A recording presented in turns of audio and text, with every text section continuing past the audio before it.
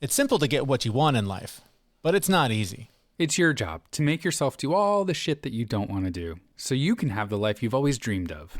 You waste so much time and energy waiting to feel like it, but you're never going to. And because you mostly do things that you feel like doing right now, you're missing out on learning what doing those hard things can really teach you. In today's episode, we'll share some simple things you can do so you'll stop procrastinating and actually get shit done even when you don't feel like it.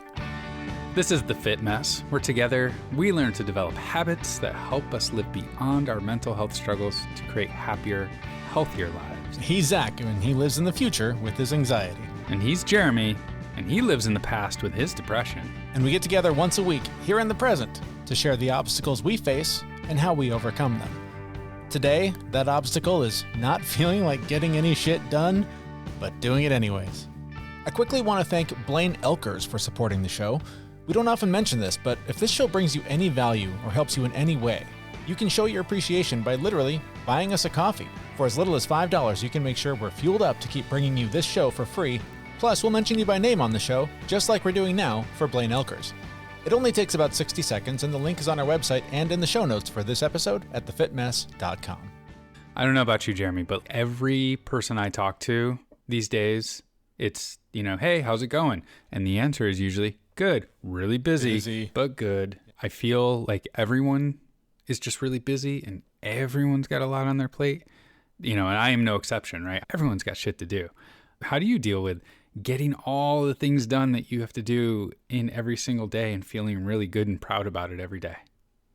That's a good question. I know that for me, I need a lot of external motivation. A lot of times my own desires, my own needs, my own why sometimes isn't even enough. I'll give you an example that will not surprise you in the least. I have a million excuses for not going to the gym this week, most of which because I'm locked out, but also I have an alternative. Like I can go for walks, and there was at least one day this week when I had plenty of time, had no excuse, but didn't feel like it. Mm-hmm. It was blocked out on the calendar. I looked at my calendar and said, nope, not today, calendar. I win this fight.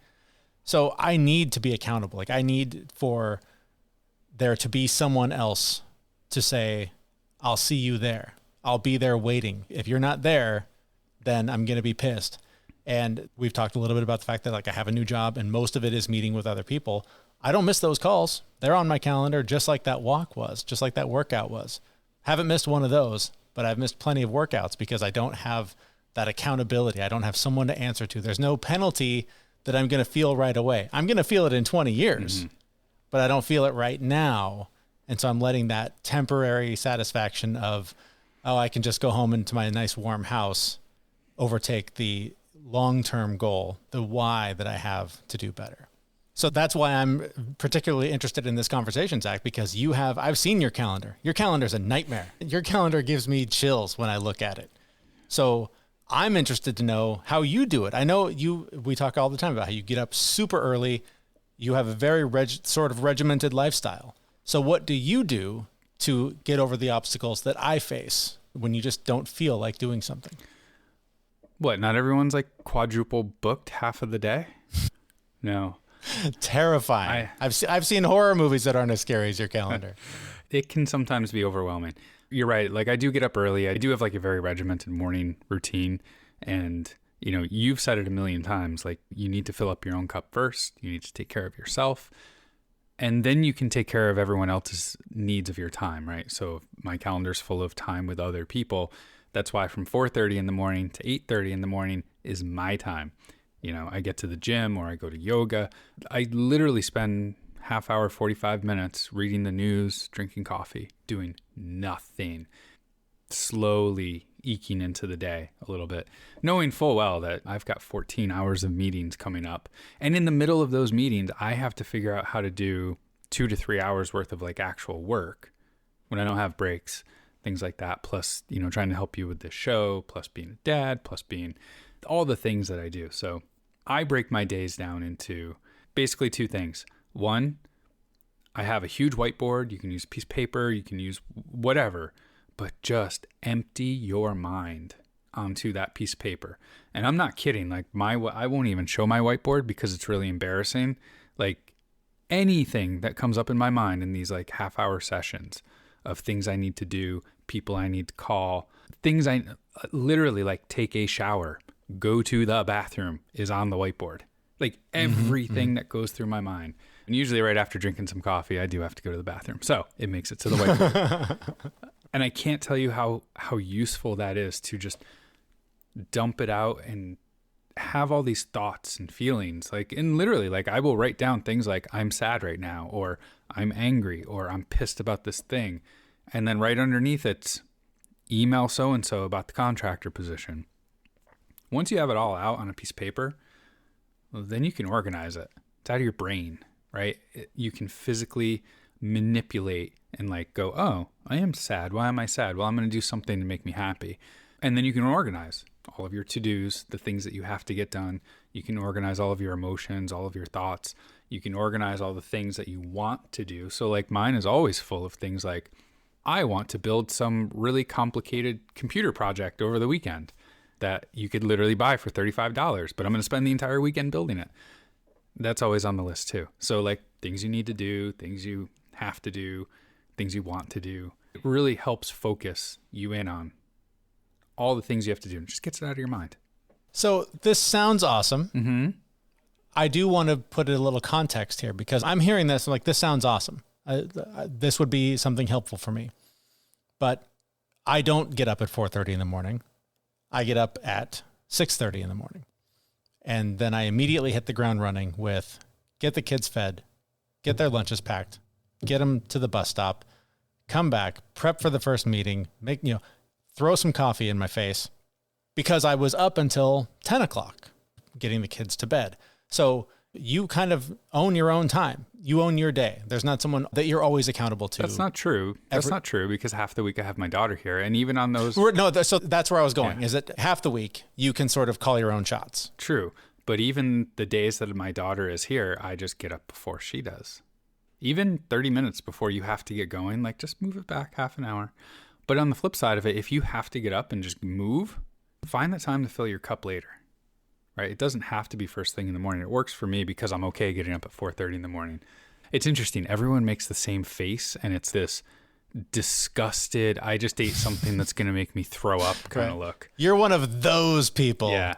But you can do it later at night. But, whenever, it doesn't matter when you do it. Like I used to do it at nighttime before I went to bed. I would do my whiteboarding session and I would just write everything down the night before. And then the next day I'd look up at it and go, okay, I know what I have to do today. So I guess my question though is, as your life has changed, you are now, a single person who is a dad who has his kid there, half the week. How was it different when you were in the family dynamic, when you had other people and other people's needs that I'm sure often came before yours? It was no different. It was literally like, I'm not kidding when I say like I fill my own cup first. And that's what drives me to get up before everyone else. That is the interesting thing because there's so many times when I didn't do that in the morning. I didn't go for the walk. I didn't go to the gym. I didn't do whatever. And I tell myself, oh, I'll do it later. But then, when I'm going to be in meetings all day, kids are going to be home, and then dinner, and then get the kids to bed. And now it's 9, 10 o'clock. Am I really going to work out? No, I'm exhausted. I've already spent all the energy I have. My brain shut down hours ago. My body's just trying to keep me vertical. So it's always a trick trying to get that self-care time in if it's not the very first thing you do in the morning. Yeah, you have to schedule it. And that kind of leads me into the second piece. So once I'm done with this whiteboarding session, you're not done. If you do this, okay, cool. Now you have a list of really important things, really unimportant things, urgent things, not urgent things. And that's exactly the way you need to label them. You need to literally go through each one of them and go, is this important? Yes. No. This is not important. And then you need to go through it again and say, is this due yesterday? Did I need to do this 3 weeks ago? Do I need to do this today? And if that's the case, then yep, that thing's urgent. You need to get it done. And then everything else is not urgent. And that's all you have to do is classify things. Is it important or is it urgent? And what I'm talking about is the Eisenhower matrix. I live my whole life by this. And I'm not kidding. Like it takes a little while to like get used to this, but this was game changer for me. Like absolutely game changer. So it is literally these 4 boxes, and one axis it's importance and the other axis it's urgency. And if something is important and it's urgent, due today, due yesterday, you put that into the top left box, which is labeled do it right now. If something is important, but it's not urgent, it's not due for a little while, you put that in the top right box, which is called schedule it.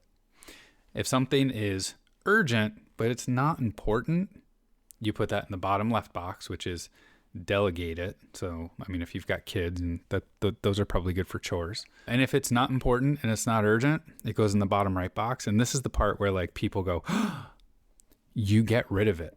If it's not important and it's not urgent, don't do it. What's an example of something that you would just purge from that because it's not important and not urgent? What kind of thing lands in that box for you? Here's one, like it can fall into this box, but if you have a friend you don't really want to hang out with, you hang out with them because they've been your friend for a long time. And if you're going along the journey that you and I have been going down, like you actually do purge out, friends that are not useful or negative or poisonous friends. Like I know I had a bunch that I had to get rid of. Hanging out with somebody who is like that, right? It's not urgent. It's not important to you. And it might make it to your whiteboard list. I have to call so-and-so or text so-and-so. But if that person's not important to you, put them in the delete bucket. Right. Because it'll come up again, right? Tomorrow you'll be making that list again, and that may pop up again. Put it back on the list. Yeah. Maybe it becomes more urgent because there's a significant date or something coming up. But that's the purpose, I think, of this exercise is to prioritize. Exactly. And actually get the important things done when they need to get done and realize what you're just letting clutter space in your mind, right? And then ideally, like this will be a running list, right? Once you do this, like I whiteboard once a week, right? This isn't something I necessarily do every day because sometimes things will come up and I'll just add it to the list. But the first time you do this, you're going to have a shitload of stuff in your do it now column, right? That you're going to be like, oh my God, I forgot to pay that bill. And the grass is 6 feet long. And oh my God, and there's snow and I got to go shovel. And I forgot, oh my God, like all these things that you just didn't get done. Just plow through them. That's your list. You do the do it now stuff until it's zero. Let me ask you this. Do you subscribe to the 1 minute rule? The idea that if there's something that needs to be done and it only takes 1 minute, you do it right now? If it's not urgent and I'm following this process, no, I don't do it. Interesting. Because my focus is to make sure that do it now box is completely empty. Because the way where this really gets powerful is when you have figured out, when you've gotten that down to zero, you should be spending all of your time in the upper right-hand quadrant where it's the schedule it for later, because those are the important things that if you don't do them, they will become urgent and they will move over to the do it now box and you'll be scrambling again. So that's ideally where you want to spend 90% of your time. Obviously, things are going to move over into the urgent box occasionally, and you just get them done. You do those. But whatever's over in that right-hand side, schedule it. Like for me, doing the dishes, that's a 2-minute activity. But it feels like an hour and a half. Oh my God, it feels like an hour and a half. But that's something like I make coffee and I do the dishes every night before I go to bed. It's scheduled. Right. Occasionally, like, yeah, I will pick up something that's just a minute I have to do it. Like at some point, a task that you have to do shouldn't go through this whole process of going onto the whiteboard and being organized into a task and put into a box and scheduled in your calendar when it's going to take you 30 seconds, right? You're going to spend 40 minutes planning to do this thing, which you could just do. But I will identify little things like that are a minute, 2 minutes that are in that schedule later and make sure that I do those at appointed times. Things like cleaning the house or doing laundry or those 2 or 3 minute tasks. But if I drop a glass and break it and there's glass shattered all over my kitchen, I'm not going to go to my whiteboard and be like, pick up broken glass. When can I schedule the picking up of the broken glass? Is this urgent? Well, I am wearing shoes, so I guess it's not super urgent. Right. But once, again, like those 2 top boxes, those are the important things. Anything that's down below, it's not important. So again, I got to go back to work on this because like the things that are important are not important, but urgent. Those might be really important for someone else in like your company or your organization or even in your family, right?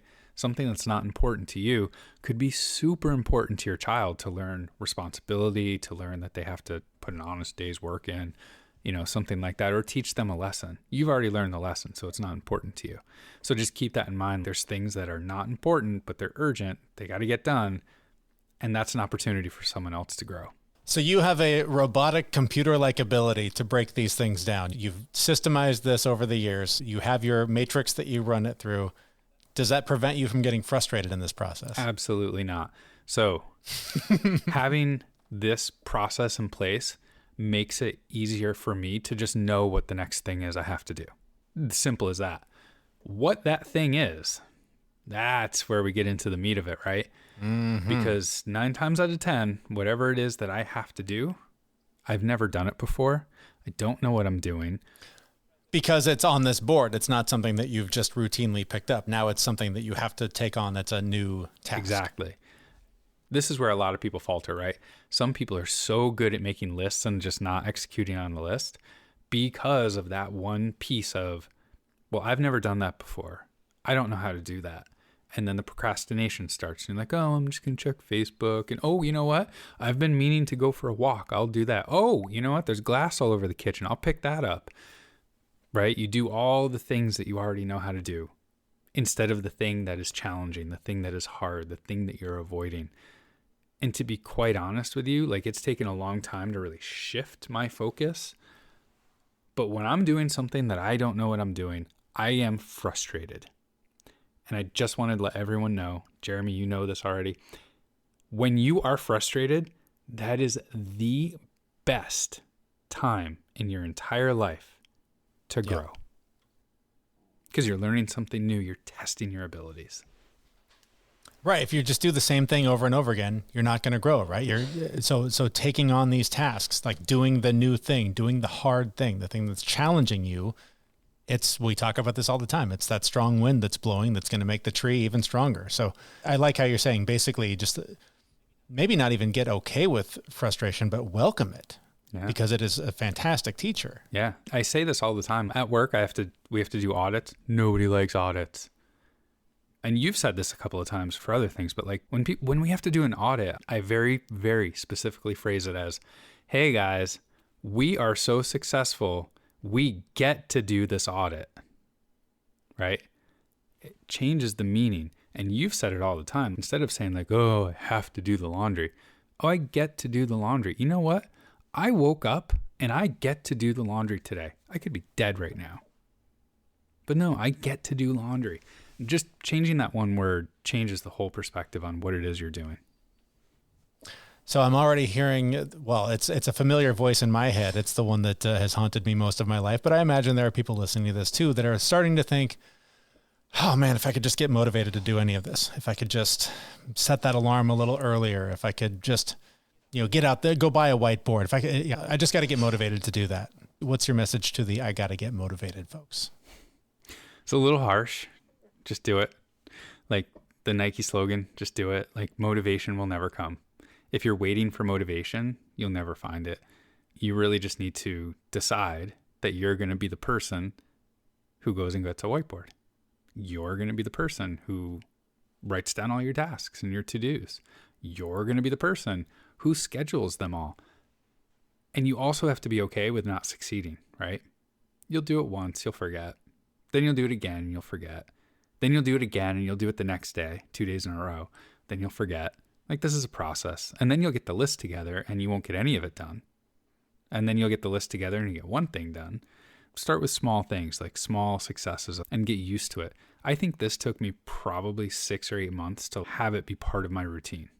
And I guess aside from the practical part of this, obviously we need to get shit done. We're busy people, our schedules are demanding.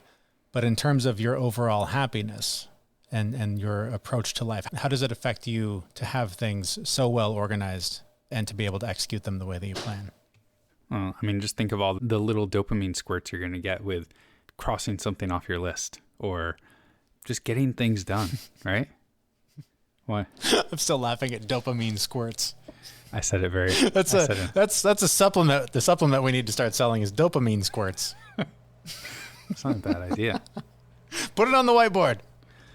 So for me, having, this to-do list that's highly prioritized and I know what the next thing is that I have to do, it just keeps me and my anxiety, right? This is all about my anxiety, right? So if you run hot, if you run in the future, like knowing what the next day looks like or the next 3 days look like or what it is that you have to take care of and where you've got to spend your time.